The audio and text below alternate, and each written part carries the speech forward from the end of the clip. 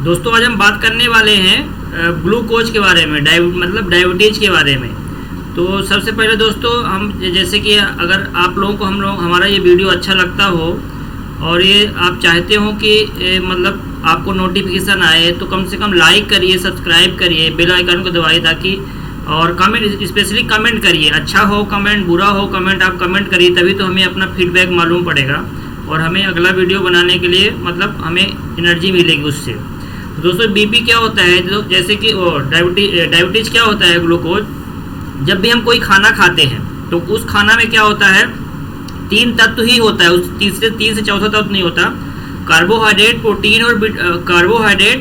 Protein और fat. अब इन तीनों में होता क्या है कि जो कार्बोहाइड्रेट होता है वो बॉडी में जाने के बाद ग्लूकोज में कन्वर्ट होता है। तो ग्लूकोज में कन्वर्ट होने के बाद क्या है, वो हमारे ब्लड वेसल्स में दौड़ता है और ब्लड वेसल में से क्या होता है कि उस सेल के अंदर जाता है। अब सेल के अंदर जाने के लिए क्या होता है कि इंसुलिन रिसेप्टर होता है, और इंसुलिन रिसेप्टर में जब इंसुलिन इंसर्ट करेगा तो वही रास्ता खोलेगा, तभी वो सेल के अंदर ग्लूकोज जाएगा। ये तो हो गया इसका फिनोमिना। अब होता क्या दोस्तों, हमारे बॉडी में ऑलरेडी इतना ग्लूकोज होम्योस्टेटिस मैकेनिज्म होता है, जिसको कि होम्योस्टेटिस को हम पिछले बार भी बोले हैं कि बॉडी के लिए भगवान है। ये निगेटिव फीडबैक सिस्टम पे वर्क करता है, ठीक है। तो जो कि अपने आप उसको कम रहेगा तो ज़्यादा करना और ज़्यादा रहेगा तो कम करना, ये सब काम करता है। इसको इंडोक्राइन हार्मोन्स होते हैं पैनक्रियाज में, उसके थ्रू होता है। तो पैनक्रियाज में कौन कौन से हार्मोन्स होते हैं, वो 4 बेसिकली हार्मोन्स होते हैं दोस्तों। इंसुलिन, और होता है ग्लूकागॉन, और सोमैटोस्टैटिन, और चौथा होता है इमिलिन। अब जो इंसुलिन होता है वो किस में होता है, बीटा सेल में होता है। आपने बहुत बार सुना होगा कि इंसुलिन नहीं बन रहा मतलब बीटा सेल खराब हो गया होगा, ऐसा लोग बोलते हैं। और जो ग्लूकागॉन होता है तो वो होता है अल्फा सेल में, और जो सोमैटोस्टैटिन होता है वो होता है आपको डेल्टा सेल में, और जो इमिलिन होता है ये भी होता है आपके बीटा सेल में। तब होता क्या दोस्तों कि जब ये मतलब जो इंसुलिन क्या करता है, ब्लड ग्लूकोज को जो ब्लड में रहेगा ब्लड सेल में उसको कम करना, और जो ग्लूकागॉन है ये क्या करता है कि ब्लड ग्लूकोज को बढ़ाना ब्लड सेल में। और जो सोमैटोस्टैटिन है ये क्या करता है कि एक पुलिसमैन की तरह काम करता है, जो कि बैलेंस बनाता है इंसुलिन और ग्लूकागॉन के बीच में बैलेंस बनाता है। अब 90% इंसुलिन होता है और 10% ग्लूकागॉन होता है। जो एमिलिन होता है, एमिलिन क्या करता है दोस्तों कि हमें जब हम खाना खाते हैं तो हमें जो सेटिस्फेक्शन का फीलिंग आती है वो यही हार्मोन की वजह से आती है। तो अगर ये हार्मोन कम होगा तो हम कितना भी खाना खाएंगे हमें सेटिस्फेक्शन लगेगा नहीं, और हमें भी भूख भी लगती रहेगी। और एमिलिन दूसरा काम क्या करता है, पेट को जल्दी खाली होने से बचाता है, जल्दी पेट को खाली नहीं होने देता है। तो अगर ये हार्मोन्स नहीं रहेगा तो हमारा पेट जल्दी खाली होगा और जल्दी भूख लगी होगी। तो जैसे आप बहुत लोगों के मुंह से कहते भी सुना होगा कि जिसको डायबिटीज हो जाती है उसको जल्दी भूख लगती है।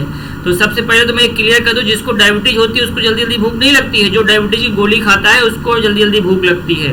वो ऐसा क्यों होता है, क्योंकि जब डायबिटीज की जो गोली होती है वो ऑलरेडी एक इंसुलिन का फॉर्म होता है, और इंसुलिन जैसे कि हमने बताया है कि बीटा सेल में होता है।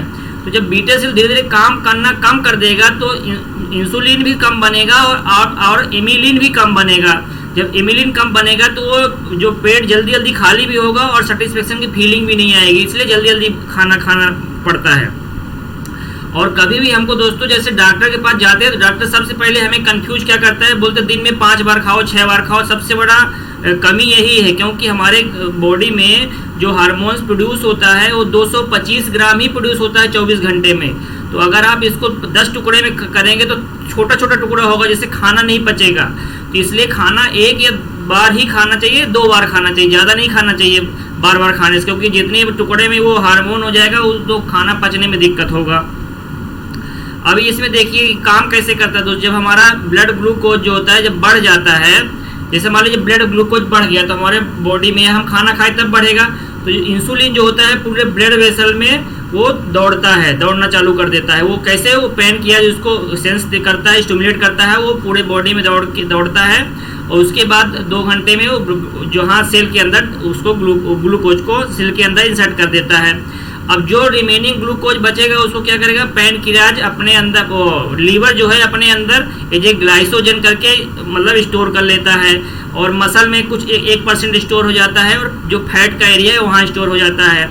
और जब बॉडी में मतलब हमारे मतलब ग्लूकोज की कमी उड़ जाती है और एनर्जी की ज़रूरत रहती है, सुबह सुबह जब जगते हैं 4 बजे के आसपास कम होता है, या फिर अचानक हम कहीं दौड़ लगाना है, कुछ अचानक कुछ काम करना है और हम खाना नहीं खा रखे हैं, उस कंडीशन में क्या होता है कि जो हमारा लीवर है वो क्या करता है, ग्लूकागोन करके जो हार्मोन्स है उसको क्रिएट करता है, वो लीवर के पास जाता है, लीवर से जो लीवर का जो ग्लाइसोजन है उसको ग्लूकोज में कन्वर्ट करता है, क्योंकि जो लीवर स्टोर करता है ग्लूकोज वो ग्लाइसोजन के फॉर्म में स्टोर करता है, तो उसको ग्लाइसोजन से ग्लूकोज में कन्वर्ट करता है। जो मसल में ग्लाइसोजन के फॉर्म में स्टोर था उसको भी ग्लूकोज में कन्वर्ट करके और पूरे ब्लड वेसल में दौड़ाता है।